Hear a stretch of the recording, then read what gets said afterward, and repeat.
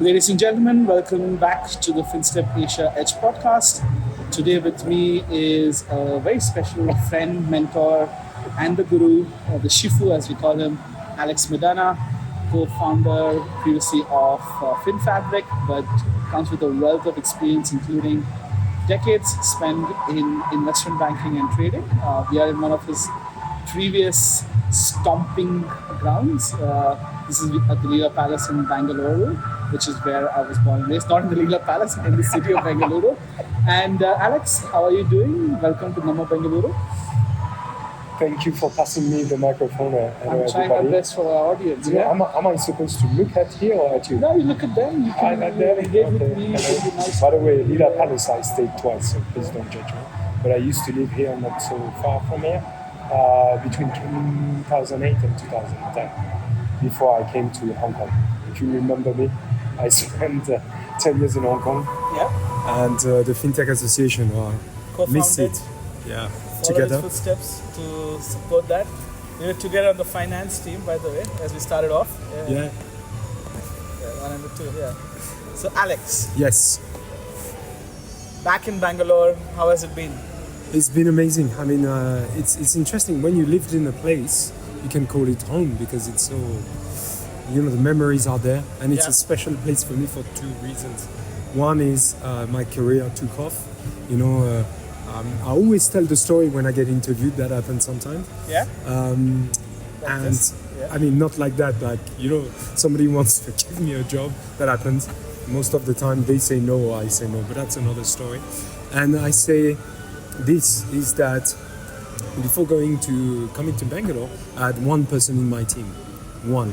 And then I came here, I had 100 plus. And so it changed my life because I started to be a manager and later a leader. So that's one. And second, our daughter, whom we've adopted from here, was born here. So it's special for us, really. It's home. The city. Yeah. And lovely people, I mean, some of them.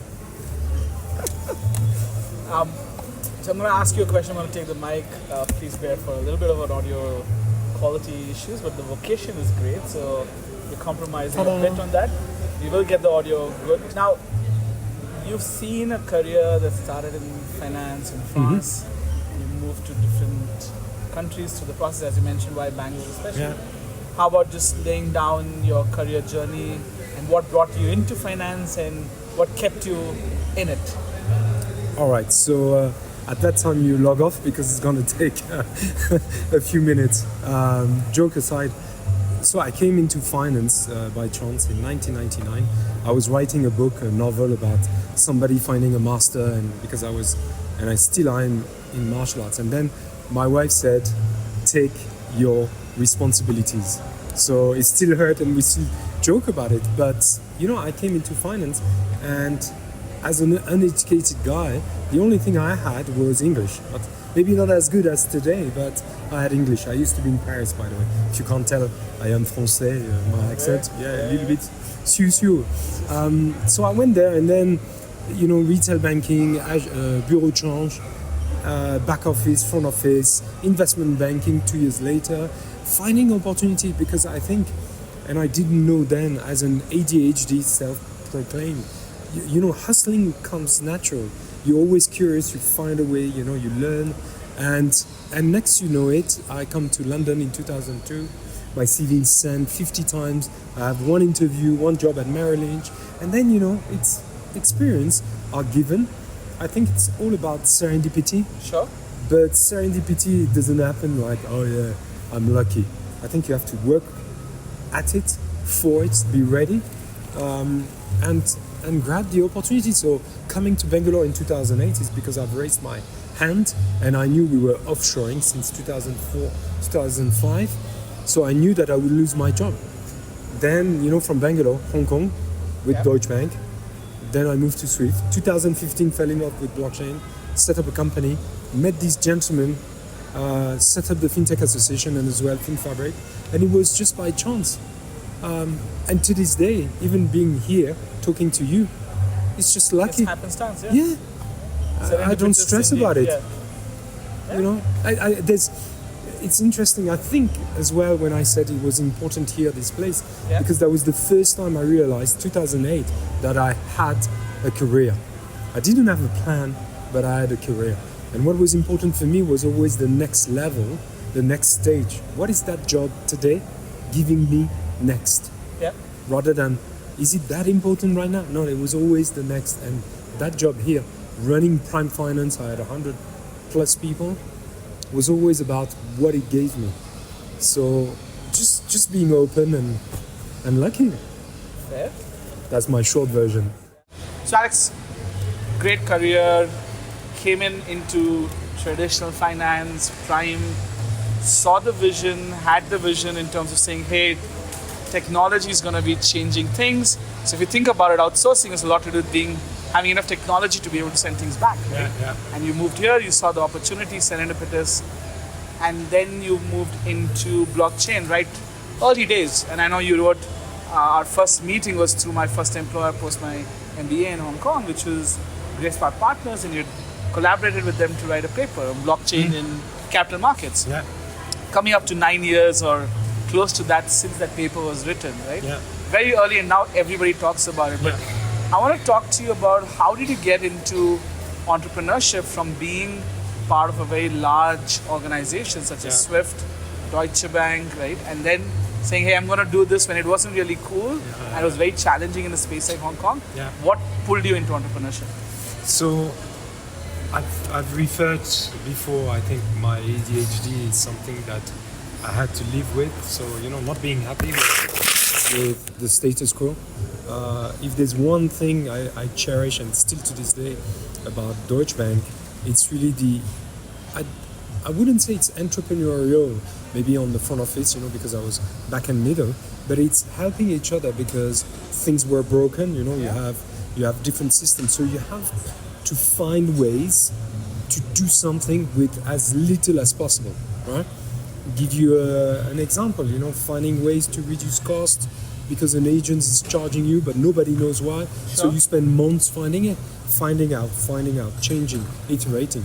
By the way, I trained in lean engineering as well, which then I realized it was a ploy to cut people, which I didn't like, but I still use the tools to make things better. So anyway, startup, high efficiency hedge funds. Since the 2002, 2003, I've been interested, but more on the matching softwares, all of that.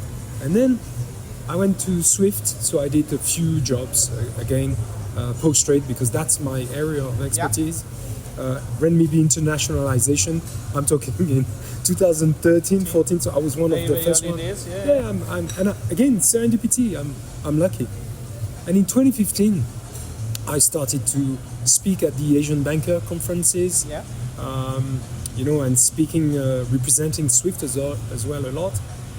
And I read about blockchain, and it was everything that I'd known before, 16 years prior to that, was gone. So, it was like, okay, booking trades, reconciling trades, gone. Of course, we're still working on that. But that was a game changer. That was number one. Number two, I was tired of politics. Within a bank, within an institution where you actually don't have a budget, you don't have the best talent around, and it's no disrespect, right? It's I don't call myself intelligent. You are maybe. But in back office and middle office, you don't have the brightest and the best. And I was one of them. So you have to do with what you're given. You have to do your best. And I thought, wow, technology replaces all of that. And we can be based anywhere. So I foresaw that. And then I quit. Didn't know. June 2015, didn't know anything. I set up a consultancy. And from the get-go was about, if I remember, booking swaps, doing arbitrage, nothing to do with blockchain.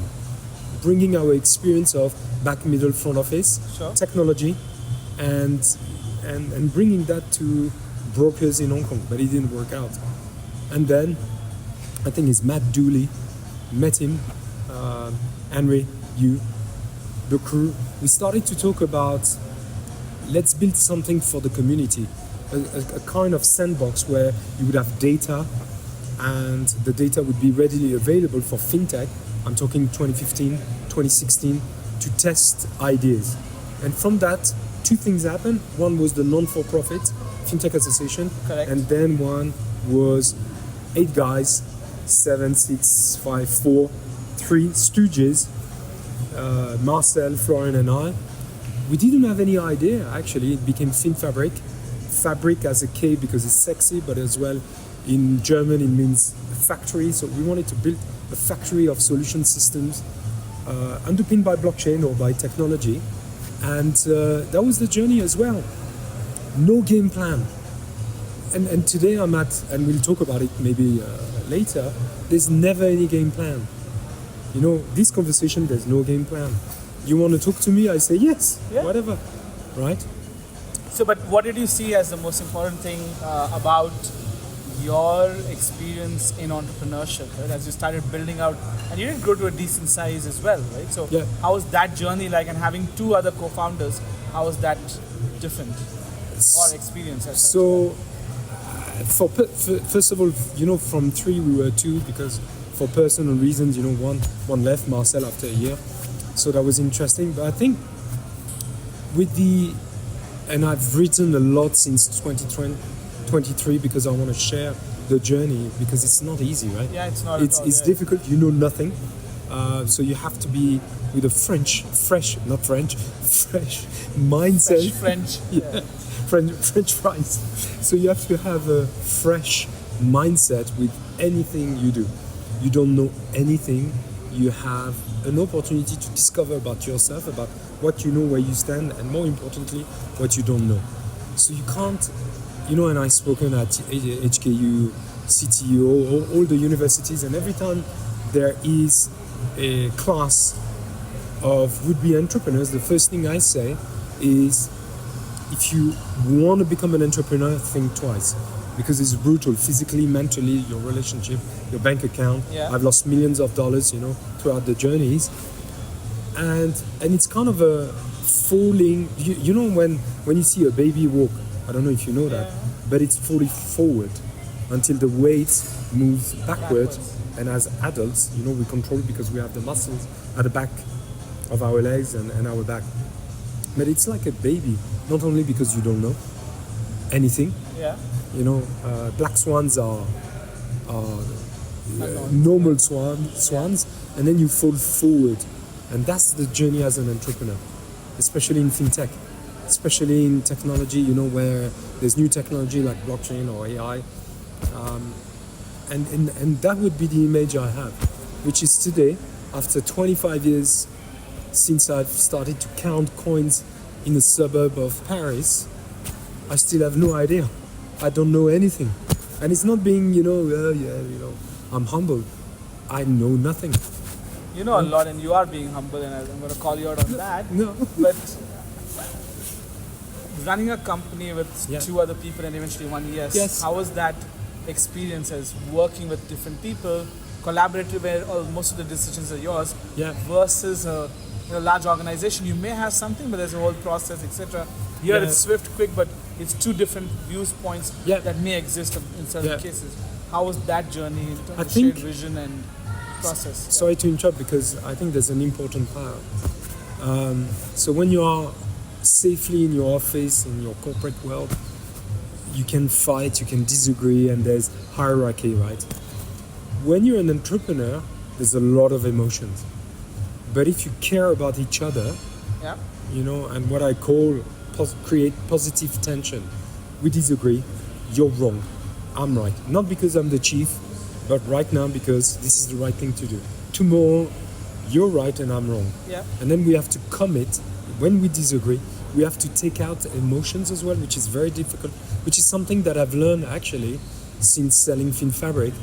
I call that the power of certainty, which is, as an advisor and mentor, I don't have the emotion of you know, the runway, the dying soon, the talking to investors, talking to the staff, having a lot of issues.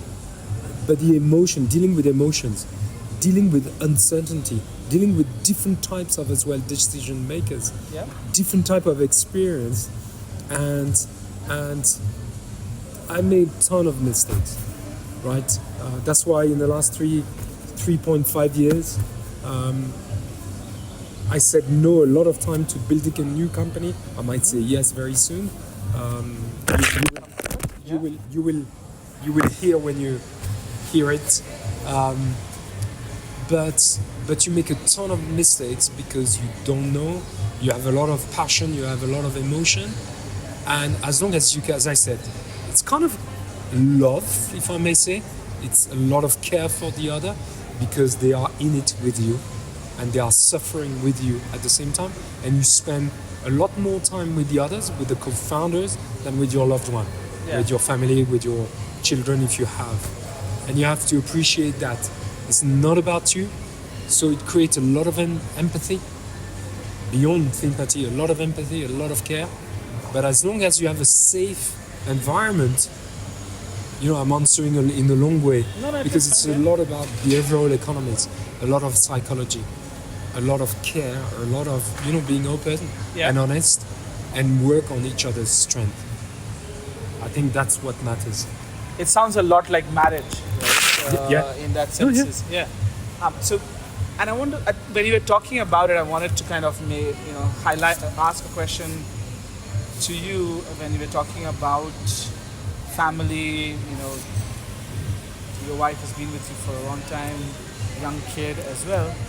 A lot of people who get into entrepreneurship tend to be getting into entrepreneurship in their 30s, 40s. I mean, the ideal age is supposed to be somewhere in the 40s, but anyways, in the modern world, quite a few get into it. But there is always this balance, and it's a very challenging balance of a passion for running a startup where you're always going to be short of funds, bandwidth, all of that stuff. Not just, so one element is the financial element of which you take a hit for multiple years. Second is the bandwidth and the time and resources you have, which is an all-consuming thing. As your company or with two founders, you are responsible. Everything is yours. And so the time you can spend or afford with the family, with those people who are also sacrificing for you, what was that experience thing and what did you learn out of it?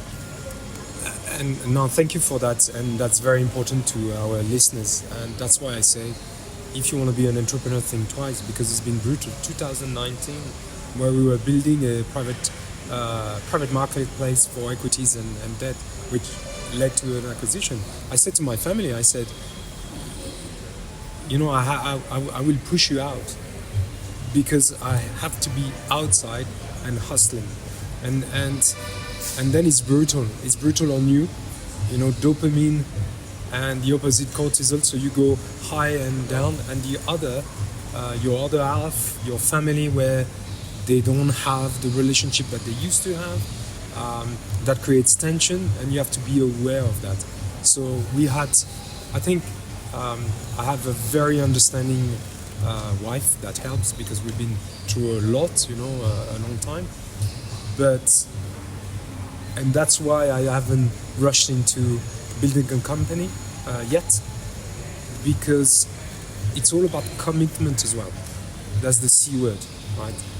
Commitment that you want to cure cancer. You have the ego that you know that you can cure cancer, and you're humble enough to know that it's impossible to cure cancer. And all of that, you have that dichotomy of, I'm the best in the world curing cancer, and I'm leaning forward as a child that I know nothing. And that impacts everybody around you, because sometimes you're the, leave me alone, I know, and can you help me because I feel scared? And you have to be strong as well. You have to know yourself. I know it sounds a bit fluffy and Taoism, but this is me. And if you don't know yourself, and if you don't have that partnership with your partner, with your family, with your friend, the price to pay will be more than just losing money. You might lose yourself as well. And how do you deal with that? So you deal by doing, you deal by talking about it, and this is the thing that I've learned in the last 3 years, because what I'm about to say, I say to people I advise, which is, you have to give a date. Sure. So let's say it's 6 months, it's 9 months, it's 12 months, whatever it is. But it's always, wait, I'm getting traction. The investors, he wants to see me next week. And you push, and it's like gambling.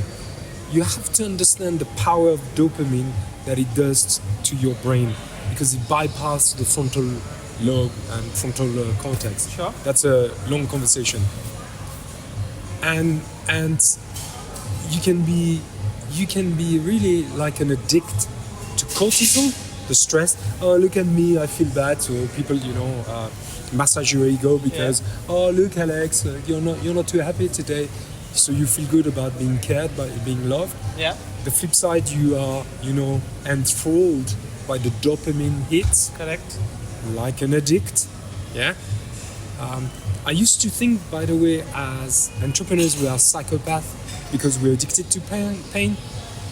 Since I've come out as an ADHD, self-diagnosed again, a lot of conversation goes, you are, I am. So there's a lot of that in being an entrepreneur, which means when you have ADD or ADHD, there's a lot of trauma, and the trauma you inflict on others by being sometimes a little bit self-centered. You're not. You want to cure cancer, remember? You want to bring something to the world. You're very proud about your mission, about your vision. You're enthused about your certainty, your goals, your vision, all of that. And then there are people on the wayside, spectators. Never forget about that. Right? Did I answer? Because I'm trying to think about, when with the family, there's this self-awareness requirement. Yeah. We may all be being either psychopaths or ADHD or ADD or all of the above, and you go through phases of that, right? How do you, beyond the understanding partner, how do you deal with ensuring you can keep them going as well, because it impacts them? So you have to talk about it. Yeah. You have to apologize. You have to say, I didn't know, because most of the time you don't know the impact you have on to others. Correct. Right? So yeah. Right now you're in my world. It's not a perfect world, but in my head, right now, that's what happens. And I'm in your world. I don't know anything about your world, and I don't care because I don't have any impact on it. Sure. But I do, by just being me, by sending signals, by your bias and all of that. So I think it's having a strong partnership, talking about it, just saying, I dropped the ball here. Sorry, it didn't happen, or I overpromised, I underdelivered. And having love for yourself, love for the other, and really being strong about these emotions, because it's very emotional. It's not about, I'm going to cure cancer and I'm going to be a billionaire and I'm going to be another Musk and everybody hate me. It's not about the money. Money is great, I sat on millions at some point, which all disappeared in dust, and I don't look back at that. I look back at a way as learning points, but I don't look back to beat myself up, because it's gone. And then in a parallel universe, it still happened. I'm here in Lila Palace, but in a suite, and a different lifestyle. Soon. Yeah, soon, After maybe. This. Soon in Hindi means listen, so that's something. But it makes sense. Yeah. You have to be open, but it starts with yourself. I Sure. fucked up. I'm sorry. Most of the time we don't say sorry because we don't realize, and then we have too much ego to say, what, look at me, I'm the guy, I know, it's going to be all right. Yeah. But we don't know. I don't know. I never know. Okay. Fair enough. Yeah. Fair deal. Fair deal, yeah. You've spoken about this, and you also mentioned about beyond the family, and you've been advising people over the last 3-4 years. You've gotten into a beautiful place in southeast of England, next to the ocean, to recharge, regenerate yourself. But you've also been contributing a lot more on LinkedIn about your lessons and learnings, Yeah. which I'm hoping will soon be a book, right? This year, I have to. So fingers crossed on that one. But I want to understand why are you doing all of this sharing on a public platform about your experiences? What is the motivation behind it, and secondly, what have you gleaned from the interaction? Because it's very interactive. I see a lot of founders responding to your posts. Right? So what has been kind of that learnings and experiences, or things you heard while you were sharing? So first, why the sharing, and second, what have you gotten out of it or seen through those interactions? So I'll try to be short, but I won't be. No, don't be short. So first of all, why sharing? Because now I'm post 50, right? So I'm 52 and a half, and whilst some of my thoughts I have them since I'm 18, if I talk to you about certain things at an 18, 20-year-old, you'll say, Alex, come on, drink your milk and go. Yeah. So now I have 25 years of experience, which are worth zero, by the way, but I can pretend I unlearned a lot. So that's number one. Number two, I'm very lazy. I have 2-speed, which is doing nothing, and I'm the world champion of Shavasana. For those who know, I'm the world champion. Nobody can beat me. I meditate on my back, and that's it. But when I go, and that's another, I would say, factor in ADHD or ADD. When we go, we go, we go. But we have to be very focused, and there's no limit. It's like 2,000%. So as a lazy person, I don't do goals. I hate goals. I've written about it. Sure. I do habits. So back in 2023, I thought I'm going to write one post 1 week and see where it goes at the end of 2023 for a book. And I had a lot of feedback, sometimes good, sometimes bad. But LinkedIn is a safe platform. So you don't have the QAnon or others where you go into an ego fight. And I don't like that. If we want to fight, let's go on a ring and then let's see who survives. Sure. So that's that. It's very safe. But it was to test myself. What have I learned? Is that of any use to anyone? And then I started this year to say, okay, you lazy sod, you've done 1 post a week. That was easy. Do 2 posts a week. And that's what I'm doing right now. And I'm trying to, so today, something we have shared will create a thought, and then maybe next week, or maybe not, later, there will be a post. I have, on average, 30 or 40 posts on the go. So something that I've written 6-7 years ago, and again, ADHD, right? It's all over the place. It's chaos. Chaos, it's a constant in my life. And I embrace it. But I think it's safe. And then, what did you get? How was the interaction? What did you get from others? Or what did you like? Oh, you were surprised, or you were like, oh, you got validated from those conversations with other founders and people in your network. We talk a lot about mental health. Yeah. We talk a lot about entrepreneurship and startup, and I contribute. I give my small brick. Sure. Wink, wink. FinFabrik.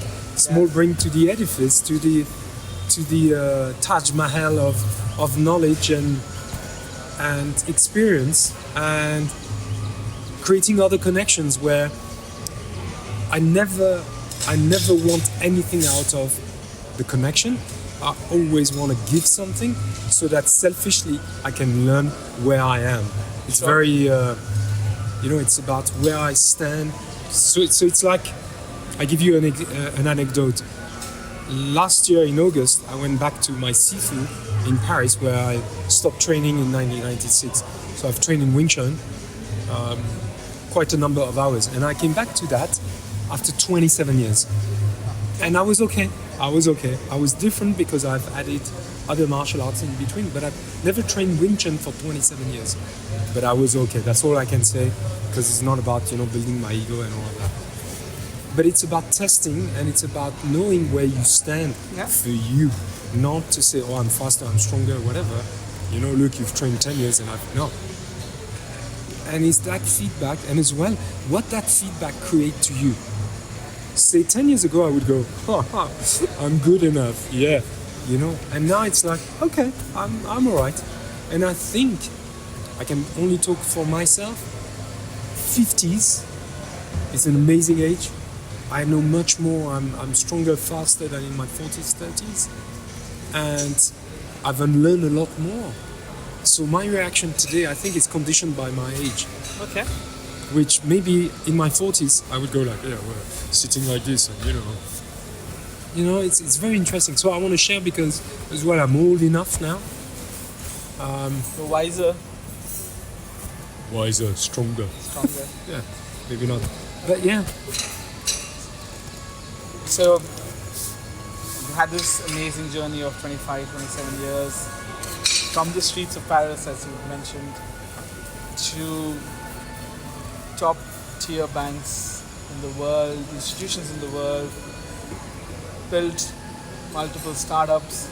I've had a passage of unlearning and relearning on different things. Last 3 years have been very different for you. What have you now been building up on your professional side of things over the last 3 years? And what are you looking to do in the coming years? It'll be very interesting to know from all of this, both professional but also personal experiences that you have had time to reflect on during your Shavasana, as it was, to now. What are the things that you're looking to do? And then we can talk about what you would do differently. But first, What are you building towards? So first of all, the very quick recap. In 2021, after selling, I rushed into building a carbon credit marketplace, spent 5 months, and then at the end of it, I thought two things. I'm too early, I'm tired. It's not a marketplace, it's a demand problem. And then carbon credit, voluntary carbon credit, is a scam, and we can talk about it because the asset class in itself are not made for trading. Right, there's no mark to market, there's no other side. I come from prime finance, so we can talk a lot about that, and you're a trader as well. Sure. 2022, I won't name the bank, but it's the largest bank in trade finance in the world, with a logo that is like my flag country. Right, so there's some red, some white, there's some blue.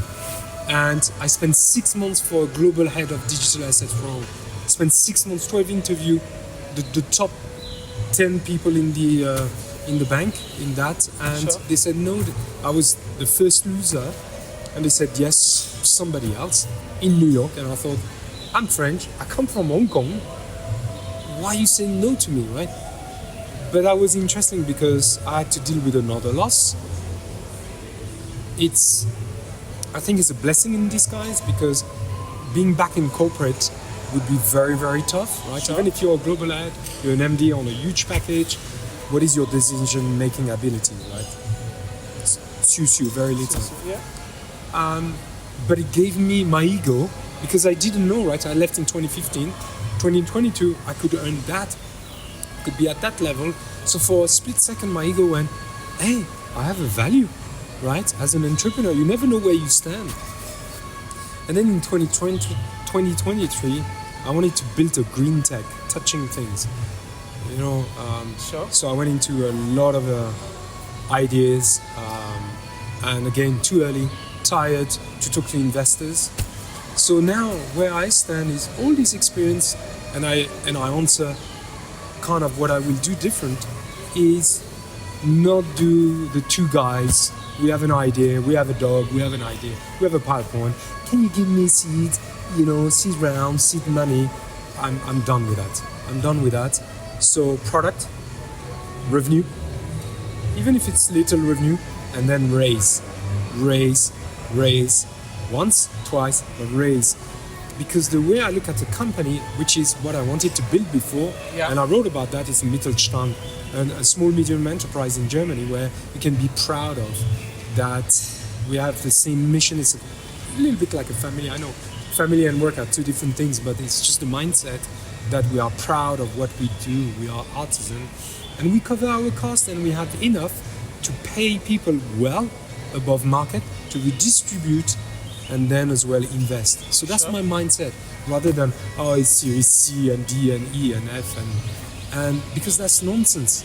That means you don't have a business. Of course, I can appreciate that you need to raise to enter new market or build new products or whatever. right? Or like you see in the AI now, pay for the servers, the data centers, because they are not cheap. So, Indian, yeah. Yeah, so what I would do differently is really about narrowing down to a product, testing it very, very quickly. Yes, no, yes, no, yes, no. Generating revenue within, say, the first 3 months, even if it's $5,000. It's not about the size of the revenue, which as well, looking back, I was anti-POC, which I'm still kind of anti. I was anti because of resourcing constraint. Sure. At the same time, I thought, yeah, you give me 50K, 100,000, it's an insult. Now I would take it because it demonstrates the capabilities. It tests as well the team readiness. It tests the readiness of the product, and it sends a message that you can build revenue. It's all about revenue.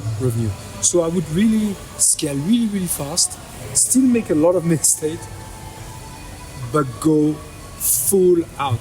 So in the last 3-4 years, I had maybe 4 opportunities, 5, to build a company, and it didn't happen because it was early stage. And yeah, Alex, you will raise this and that, and I said no, I'm not going to raise, or I'll raise if we have a product, but I'm not going to raise to build the product because I've done it, and it's really painful. I know the cost of technology goes down, and you can do an MVP in a few weeks, but then an MVP when you try to sell to installs, institutionals, funds, VC funds, even fintech, you have to be at a level of sophistication where it's work. Yeah. So scale fast, raise fast. Fail fast sounds a little bit like bullshit. It's not about failing. It's succeeding fast and finding your north. So you will hear. I'm a few weeks away from going, live about some ideas. Sure. We have a product. It's about the market fit, where we go about it. There's no blockchain. There's no AI. There might be later, but it's really around technology, fast deployment. Click, off you go. So maybe as we close, final things would be, what is the funnest thing you did around in Bangalore and in India, and what memories brings you back often? The funniest thing or the Funnest thing. Finest? Funnest. Most fun you've had doing something. I don't know, because I feel at home here. But I give you an example. So when I was here in 2008, being French and heading prime finance settlements and all of that, you learn about being patient, because it can be random at times because you misunderstood or you misunderstand. By the way, and it's something I will write about, I've learned, for example, crossing the street back in the day. If you cross the street like a white guy, you die. So you have to find the rhythm, right? Rhythm, and I'll write about that. This is about rhythm, interaction. So that rhythm in India, you have to adapt to it. It's a very specific, and I'm lucky enough that I have maybe 50 words of Hindi. So all at once you think I'm fluent, but I'm not. And so I give you an example where we go to a dentist because my wife had a problem with a tooth, and there's maybe 10 people in the waiting room, and we go, reaction. We're gonna wait. We had an appointment. We're gonna wait. How long will it take? And they say, no, ma'am, these are engineering students, and they wait for their course. And you think, it's India. You don't ask another question. It's beautiful. It's random. Yeah. And this is the India that I know, that I love, that is where it's like, bing, you have certainty, you have certitude, and then you have a conversation and you don't know anymore. And something happened, and the only reaction you can have is to laugh about it. Life moves on. Yeah. And it's the wheel of civilization has been moving around for thousands of years here. So thank you, sir. Ending. Alex, thank you so much. It's been a pleasure having you. Thank you, sir. Fintech Asia podcast. Audience, stay tuned for more fabulous insights, conversations in the podcast. Click subscribe and like our pages, and stay tuned for more.